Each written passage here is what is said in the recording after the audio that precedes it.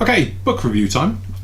Today we've got is the Focke-Wulf 190D and the TA152. Now, a couple of weeks ago we reviewed the same book, but that was just for the 190 series, which is the normal one. The D is the one with the extended, it's got the different engine in it, and the bits and pieces all around the front area. As you can imagine, quick run through, it's done by Richard Franks, it's Airframe and Miniatures number 3 book.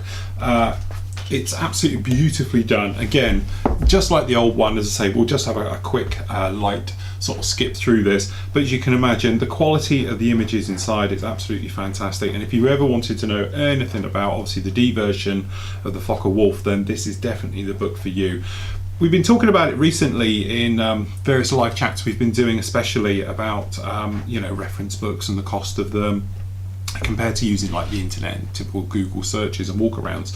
And as we were saying, I think it's that thing, if you want to be more into the reference and the historical thing, you want some nighttime reading for instance, then obviously books like this are sort of invaluable. And certainly from the point of view of the modeler, it's something that you could have on your shelf and think one day I'm going to do a project on, and then I might need some reference material. This is probably a one-stop book because of literally everything that's in here, every single version as we've seen before, the different versions between them.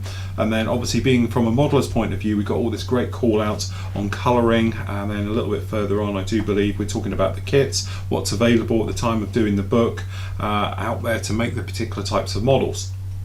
I'm not sure if they're very much for and against type books, but there we go. Then we've got some of the photo builds going through these ones that we've seen before, perhaps in certain magazines and things like that, but certainly, as you can see, very nice different ways of doing it, different types of weathering, and from a modelling point of view, some very nice good tips and tricks you could pick up in here for doing this one.